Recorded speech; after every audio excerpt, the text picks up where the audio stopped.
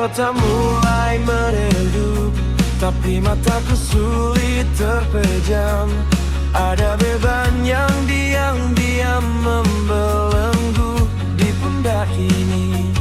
Ingin berhenti sejenak, melepas semua yang menyesalkan, tapi waktu terus berlari, tak peduli betapa lelahnya hati.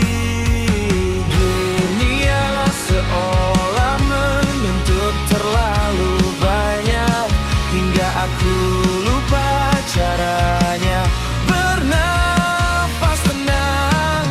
Setiap helaan nafas terasa begitu berat, seperti mendaki gunung yang tak berujung.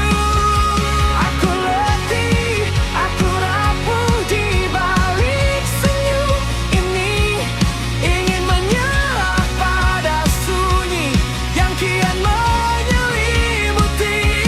Namun ada suara kecil yang berbisik di telinga, satu langkah lagi, jangan biarkan semua sia-sia. Maka meski kaki ini gemetar, aku kan tetap maju.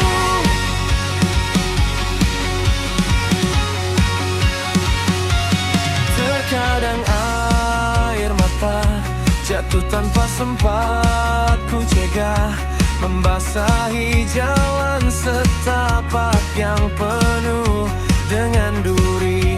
Tak apa jika hari ini aku tak baik-baik saja, asalkan esok pagi aku masih punya nyali untuk mencoba.